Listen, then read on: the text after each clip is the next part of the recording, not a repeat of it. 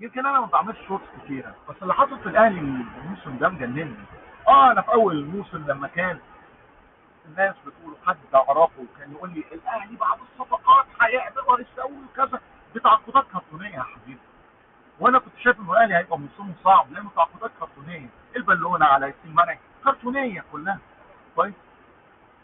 لكن في تعاقد مش كرتوني ولعيب كوره قوي، محمد علي بن رمضان صنع العاب على جول، صنع العاب على حق، ده مش كرتون.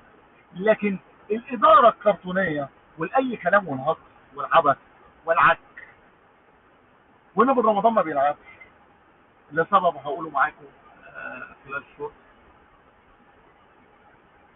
خلت برضه الصفقه دي مالهاش معنى، التعاقد ده ملوش معنى. طيب.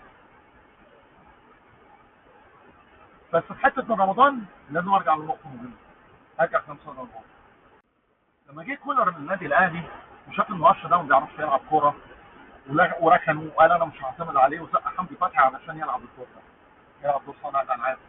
وفعلا الموسم الكامل حمدي فتحي اداها بشكل كويس جدا، كان بيساعد في الهجوم، ويمكن من احسن الحاجات ومن احلى الماتشات اللي لعبها ماتش المنتخب المغربي هنا في مصر، الاهلي كسب 2-0 وهو جاب الجول الثاني.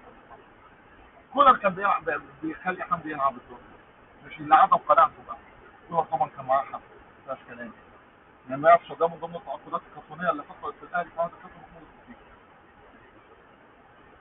مشي حمدي فتحي راح الوخر القطري وجه احسن صهيب في مصر امام عاشور، لانه انا ما عمري ما هقول عليها في الرئيس احسن صهيب في مصر. كويس. ولا صناعه في الحته بتاعت صناعه اللعب اللي هي اكبر منه بكتير، ولبسنا 22 اللي هي برضه نمره اكبر منه بكتير، لانه امام لا موهوب في صناعه اللعب ولا اي حاجه من الكلام.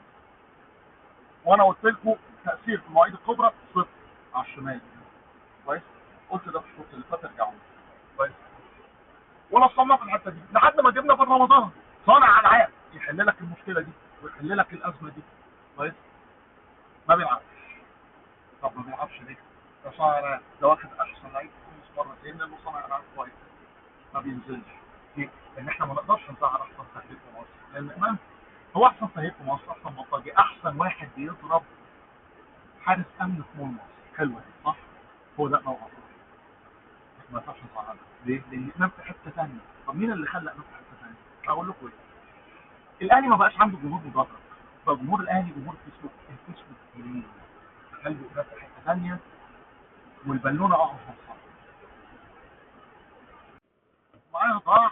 دي ان ايه الاهلي ده مش الاهلي اللي انا بشوفه. رجعوا لي الاهلي. دي ان ايه الاهلي جول في ال 90 خيالي بلعب الاخر ثانيه، رجعني.